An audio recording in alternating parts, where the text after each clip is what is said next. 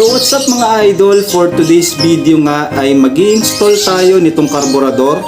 Ito ay SWR 28mm flat slide. I-install natin siya dito sa ating Raider 150 na all stock. Bale, karburador lang yung pinalitan ko din dyan. Gagawin natin, hahanap tayo ng magandang jettings para dito. Dahil ang hinahanap natin sa pagtotono ay yung may magandang minor, hindi malikot at hindi bumabagsak. Tapos, syempre yung performance niya, dapat makuha natin yung magandang takbo o yung top speed. Ayun, so yun yung gagawin natin ngayon at tara, i-install na natin. So tara mga idol, ikabit na natin yung ating karburador. Simulan na nating kalasin itong yung patok. Yan. Pag natanggal natin yung tornilyo, ito, tanggal na natin itong patok.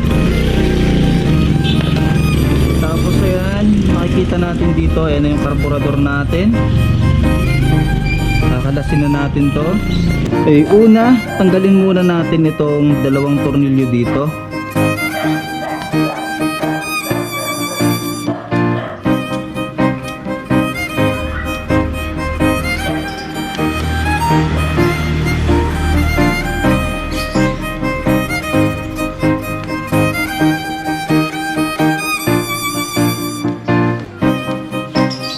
Kapag naluwagan na natin, pwede na nating hilahin pataas.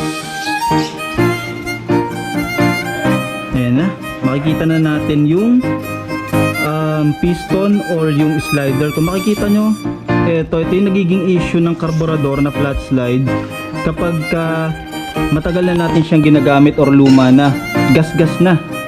Ayan, kaya lumuluwag siya at ang nagiging resulta noon ay umiingay na yung ating karburador. So ayan, lagay muna natin yan dyan. Tapos kalasin naman natin itong fuel hose. Ayan. So sa pagtatanggal nitong fuel hose, gagamit tayo ng plies. Ayan. Tapos tatakpan natin siya nitong tornilyo na may plastic para hindi tumagas. Tapos ngayon, tatanggalin naman natin itong tornilyo dito, ito, yung may clamp, para mahugot na natin itong lumang karburador natin. Ayan, pag naluwagan na natin, pwede na natin hugutin yan. Ayan na, nakuha na natin yung ating karburador na luma. Bali, SWR din yan na 30mm. Kung makikita nyo, luma na at ayan na, napakadumi. May mga gasolina dito. Pwede na nating ikabit yung ating karburador na bago. Ayan na yung ating SWR.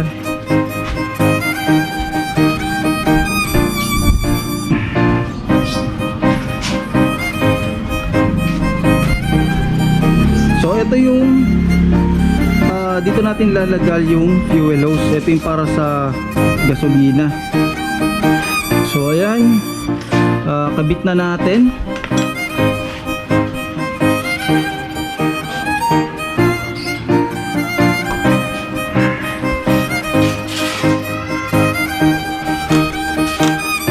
Ayan, mahigpit na. Check natin kung nahuhugot ba, hindi naman.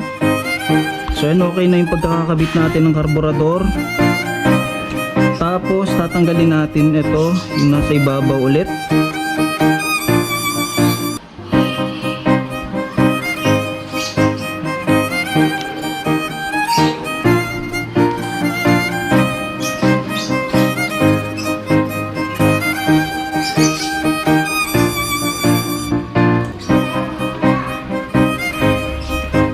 Ayan, tapos dudukutin natin yung slider or yung piston.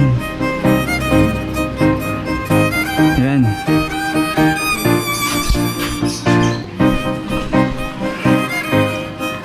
Ngayon ang gagawin naman natin, ito, tatanggalin na natin itong luma. Ang pagtatanggal nito, hilahin lang yung spring, tapos palabasin yung kulay itim na naglalak. Tulak nyo lang tong karayom para lumabas. Yan, ito. Ayan. Lagyan natin siya dyan. Tapos ito, meron siyang thread. Kaya ayan, paikutin lang natin. Hindi ko na ikinabit yung ganito dito. Ito yung pinakagoma, tapos meron pa yung nasa loob eh. Ayan yung ganyan. Kasi pagka kinabit ko to, medyo bubuka yung ating karburador. Magiging magwa-weld yung ating motor kasi nakanganga yung slider. Kaya ang gagawin natin, tatanggalin din natin ito.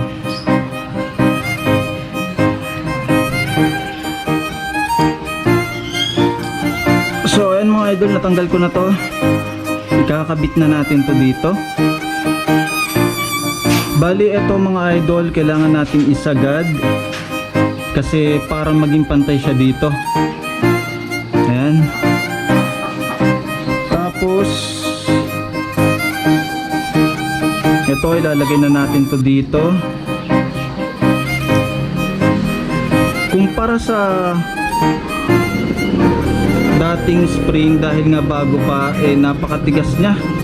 Kaya kailangan talaga ito po, persahin din natin siya dapat ng ganyan. Tapos ito na, dito nyo siya ipapasok. Ayan.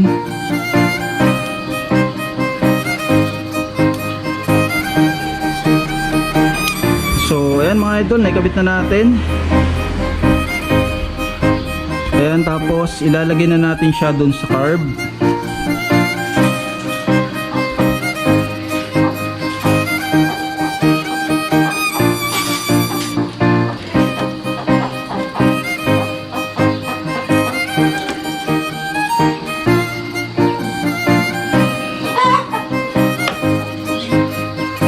Ayan, tapos tornilyo na ulit natin yung dalawa.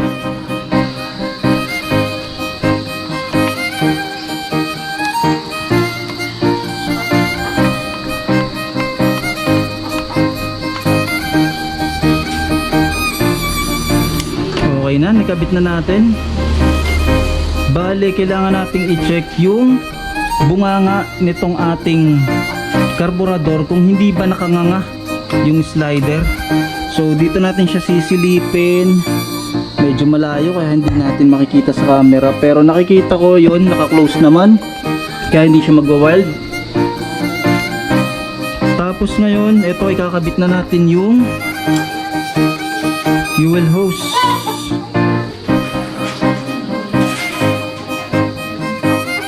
Yan, kailangan muna ulit nating pigain nitong plies para hindi tumulo yung gas. Tapos isuksok na natin doon sa karburador. Ayun, okay na. Sumagad na. So ayun na, okay na, nakakabit na siya. So ngayon mga idol, kung mapapansin nyo, hindi na ako naka-stock na throttle. Bali ito ay quick throttle na, or yung racing throttle na UMA yung brand niya. Ito ay plug and play na para sa mga ganitong flat slide. Hindi nyo na kailangan magtabas-tabas, kaya maganda to. So ayan, paandarin na natin, tapos tingnan natin kung ano yung minor nya, kung maganda ba yung minor para sa jettings na nakakabit dito.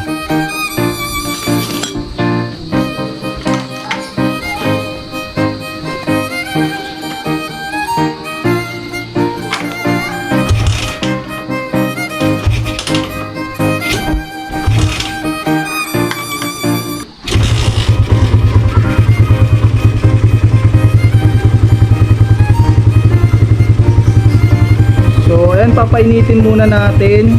Kung titingnan natin ngayon ay nasa 1.2 siya, nasa 1,200, pero bumababa, medyo malikot pa, kaya itotono pa natin to. So ayan mga idol, na itono na natin ng ayos itong ating Raider 150. Bali, pakita ko sa inyo yung minor.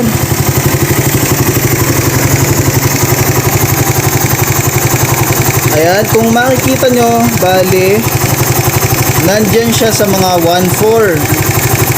Ayan, nasa 1.4. Ang ginawa ko dito, bali, yun nga, madami akong tinesting na jettings. Kaya i-off muna natin yung makina para mas marinig nyo. Okay, bali marami akong tinry niya na jettings. Ang bandang huli, nakuha ko yung magandang tono sa 120, tapos ang pilot jet or slow jet niya ay 32 pa din. Tapos ang clip doon sa karayom ay nasa pinakataas, kumbaga yon ay nasa pinakatipid. Tapos yung air naman or yung sa air fuel mixture, bali nakaano ko ng nasa 2.5 pihit. So ngayon paanda rin ulit natin, tingnan natin kung maganda talaga, kung one click lang ba.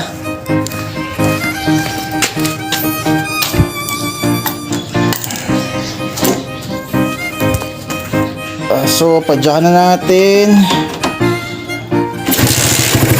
And one click.